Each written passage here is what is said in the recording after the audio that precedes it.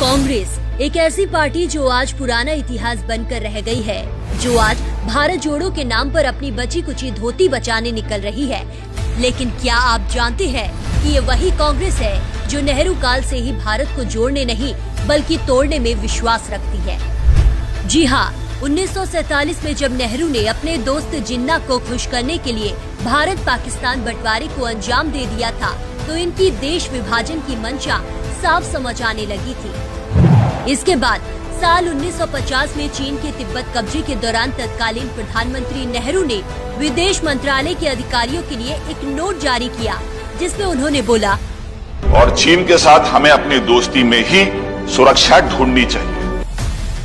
इतना ही नहीं, साल 1962 में हमने उस चीन से हार मान ली जिसकी दुनिया में कोई औकात नहीं थी, जिससे हमारे लगभग 3500 सैनिक शहीद हुए और भारत की 43,000 वर्ग किलोमीटर जमीन पर चीन ने कब्जा कर लिया और हमने अपने अक्साई चीन को गवा दिया। गद्दार नेहरू ने भारत के अक्साई चीन और तिब्बत को एक बंजर और बेकार भूमि कहकर वहां विकास करने को बेकार बताया। कोई सीमा विवाद है ही नहीं, फिर भी चीन और भारत कुछ बंजर पहाड़ों के लिए लड़ाई लड़ना चाहते हैं, तो इससे बड़ी बेवकूफी की बात हो ही नहीं सकती।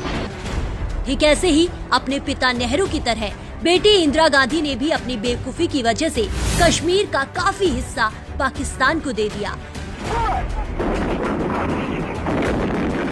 दरअसल 1971 के युद्ध में भारत ने पाकिस्तान के 90,000 से ज्यादा सैनिकों और नागरिकों को युद्धबंदी बना लिया था, जिसको लेकर पाकिस्तान के राष्ट्रपति भुट्टो ने बड़ी ही चालाकी से अपने बंदी सिपाहियों की जगह जमीन लेने का समझौता कर लिया और इंदिरा की बेवकूफी की वजह से भारत की हजारों एकड़ जमीन पाक के हाथों चली गई। इन कांग्रेसियों की बेवकूफी और नासमझी की वजह से हमेशा से ही हमारा देश विभाजन की लाइन में खड़ा हुआ है। इसीलिए अगर आप नहीं चाहते कि अब हो देश में कोई भी बंटवारा, तो इन मक्कारों को हर राज्य में है हराना।